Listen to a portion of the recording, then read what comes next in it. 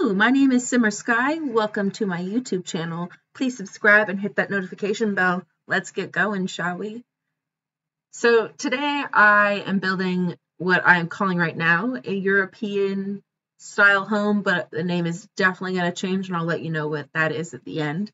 The reason I have no idea what this name is going to be is because when I first designed this home, I designed it after an actual home, and the actual home has like a slanted roof at the front. It kind of has like an English cottage feel, and I thought that was super cute. But then when I went to go actually implement it in the game, it did not work out the way I wanted, so I ended up having to scrap it. And it took me a while to actually do the rest of the build because I was so defeated after the roof didn't work out. So it's probably going to end up being something like a suburban home or something in those lines, but the color ends up a little funkier than you would expect. So maybe not quite suburban, but suburban-ish. I don't know. We'll see what I come up with by the end of this thing. So the house ends up being 3 bedrooms. In my mind, I was kind of seeing maybe a single mom. Maybe she was a little older, maybe widow even. She's got 2 kids, maybe a teenager and an older child, something like that. So I wanted space for all of them. Not a whole lot of room to grow, but there's a lot of outdoor space.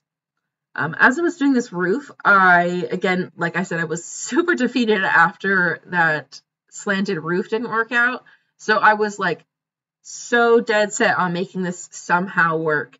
And I think it ended up turning out pretty good. I used my typical wraparound porch roof look because it just seems to fit this house really well. It also works out because that back door to the back is in that little cutout space instead of centered on that farthest back wall. And there we go, just deleted a chunk of that roof line. I find that it's easiest to build and do roofs when you're willing to just scrap it. I found that deleting that section kind of made it a little more open, and I really had an idea after putting all the roofs together of what I thought it would look like, and just cleaning it up with that one was great. I also wanted to put a little like living space up here in the front. I think it's so cute when houses have a little space that you can like sit and sit on your porch and watch your neighbors walk by and see all the neighbors walking their dogs. You know, if you're living in a suburban area, you have to be porch people. You have to sit out on your porch so that you can get to know your neighbors. There's no other way you're going to do it because you aren't really in close quarters, and you can totally become isolated if you don't. Anyway, what a random thing to have such a strong opinion about. So here we are, we're going into the interior of the build. I really love the Dream Home Decorator kitchen. I've been using it a lot recently. I think it looks very clean and realistic. I mean, I've seen houses with drawers like that and countertops like that. So I find that to be very aesthetically pleasing as well as realistic. You know, and I'd even say this is a pretty good sized kitchen, even with the weird like bend in it there. I feel like it's still got good shapes. And here we go with the interesting siding. So I knew I didn't want to do like a super basic color that you would see on a suburban home. So when I found that black brick, I was like, abso-freaking-lutely, we're doing that. And then I ended up putting that blue siding on the roof lines as well. I feel like it created a little extra depth. I don't know why, but I really don't love seeing the siding and the wallpaper go all the way up to the roof. For some reason, it just does not please my eyeballs. So I decided to change that in addition to putting in these like little extra roof lines as well. I don't know, I just feel like it creates a little bit something different. I really enjoy finding ways to add little details to make my builds a little bit different, a little more realistic even. Moving out here to the outside, we're going to do a little patio out front. I really love starting with terrain paint. I feel like it's helpful to kind of give myself a guide. And recently, I've really been loving doing terrain paint patios and porches. I feel like this new swatch that we got of the terrain paint right before the werewolves pack is super cute. It's a super realistic swatch even. Like it almost looks like, I think it's called aggregate maybe? Like the rocky stuff. I really like it, so it's made an appearance in quite a few of my most recent builds. Speaking of my most recent builds, Recently, I have really been liking this kind of like manicured but unmanicured look. So you have like wild bushes or a nice like groomed-ish bush, but then you have like plants and stuff coming out of it that look almost tamed and almost on purpose, but it's also like a little all over.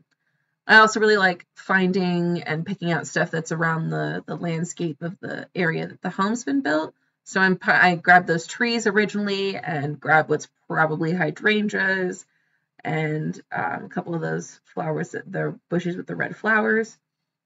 Here we're going to throw in some patio furniture. And I really struggled because as I was doing this, I realized, oh, if I put down furniture, this means I have to pick a style for the interior. And I really hadn't gotten that far. So I went with this modern-ish couch and outdoor furniture because I really do like modern furniture usually. And I thought, with this kind of funkier exterior, we probably could get away with a more modern look. So I was like, we're just going to embrace it. We're going to do it. And then I found this red couch from Paranormal Stuff. I just recently got the pack, so when I saw that, I was like, oh yes, we're going to do that. And I really like doing red and blue interiors. I don't know why, but those colors just speak to me. And this couch has a really fun blue on that blanket. I think this other love seat that I grabbed is also from Paranormal Stuff, but like, how could you blame me? It's so freaking cute. And then that rug is Industrial Loft Kit, I believe.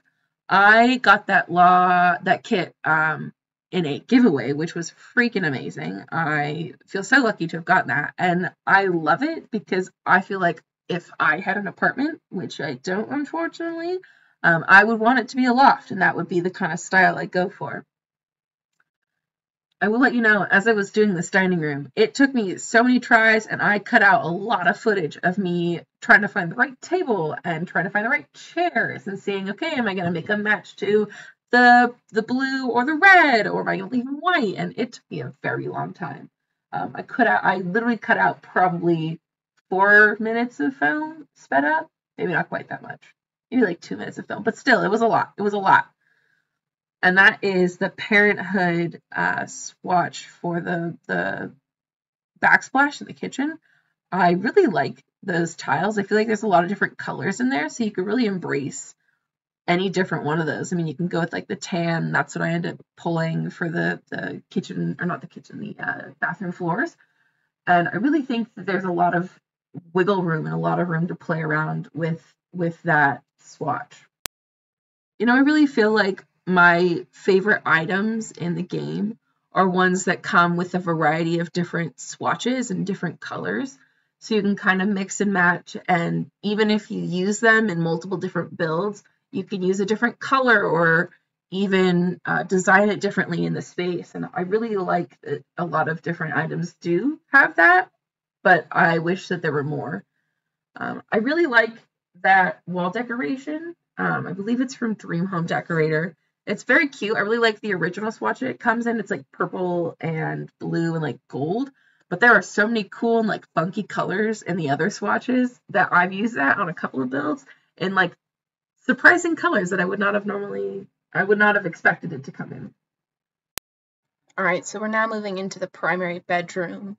I think it's interesting that this bed from, oh God, I don't even remember what pack it's from, but it has a similar pattern to that base game rug. I think it's interesting that they do that. It's kind of nice because then you can mix and match packs, but it's also kind of interesting and weird that like there's so much overlap at the same time. I also realized while I was doing this room that the windows I had been using came in a set of 3 rather than just the one and then overlapping it. So at some point I go back and fix those. Oops, my bad. If you check out my builds on the gallery and over time here, you'll notice that I do a lot of blues for bedrooms. I just find it very serene. I know that there are studies out there that say that blues are a relaxing color and a good bedroom color, but I agree with that full-heartedly, not because I have a blue bedroom. No, not at all. I'm not biased. It's fine.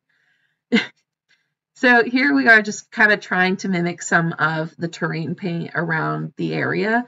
I really like doing that just to add a nice little touch, like a nice little detail, but sometimes it doesn't quite work out and look exactly the way that the game has it, but I tried my best. Okay, I tried.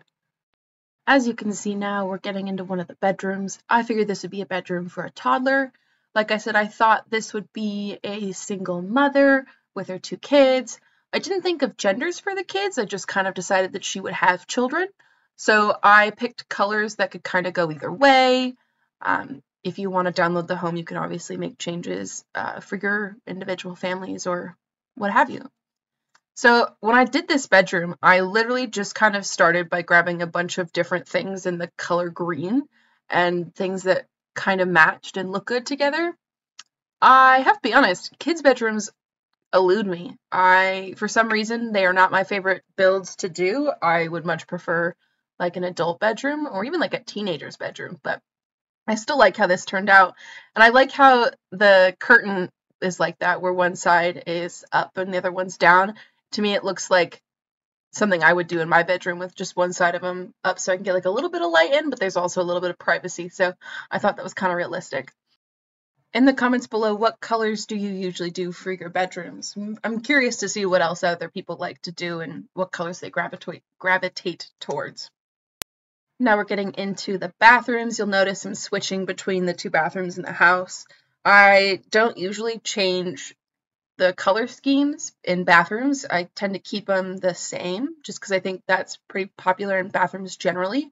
I have obviously seen houses or built houses that don't have that, but it just seemed more realistic for me, and I feel like it's just easier to do that. It may not be very different, but that's what I do. Gonna go on a little tangent here real quick. Today, the day I am filming this, is actually my birthday. Woo! I am 25 years old.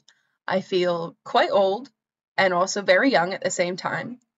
And it has been rather uneventful because I am studying for the bar. So I am taking a break to edit some film and to do this recording, and I'll be back to studying here as soon as I'm done. But you know, it's nice to have time to break, and I'm almost done. I only have a week and 2 days left until I take the bar, and all of this will be over, and I can finally just relax and hopefully move on with my life. Unfortunately, I won't get the results back until November, so I'll be working for a company and doing like background work kind of stuff, and hopefully, crossing my fingers, when I get the notification that I passed, they will hire me on full time and I will be like a real lawyer. How crazy! I feel like it's been a long time coming, so it's nice to finally be able to say I'm in the home stretch. Here we are doing the other bedroom. I really love putting these colors together. They're actually, I think there's a bed in the base game that the colors are blue and orange, and because of that bed, in so many builds, I've used it, and now I'm just kind of accustomed to doing those color schemes. And I think they look good together. There's a lot of cute orange swatches, and I feel like the crossover between the orange and blue swatches is really cute, so it works out pretty well. Okay, I now have my cat on my lap, so if you hear any weird noises or loud meowing, that's her, and I am sorry.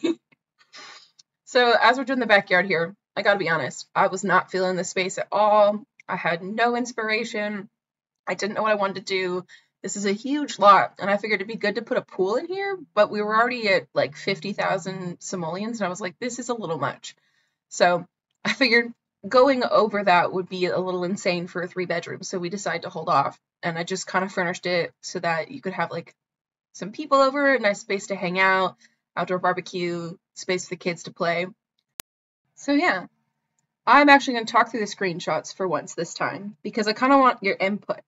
I have seen other YouTubers do walkthroughs, like live walkthroughs, and I kind of think I might do the same here, but I kind of want your input. I want to see what you like, what you want to see. If you like screenshots and you get a good idea of what the build looks like just with the screenshots, let me know.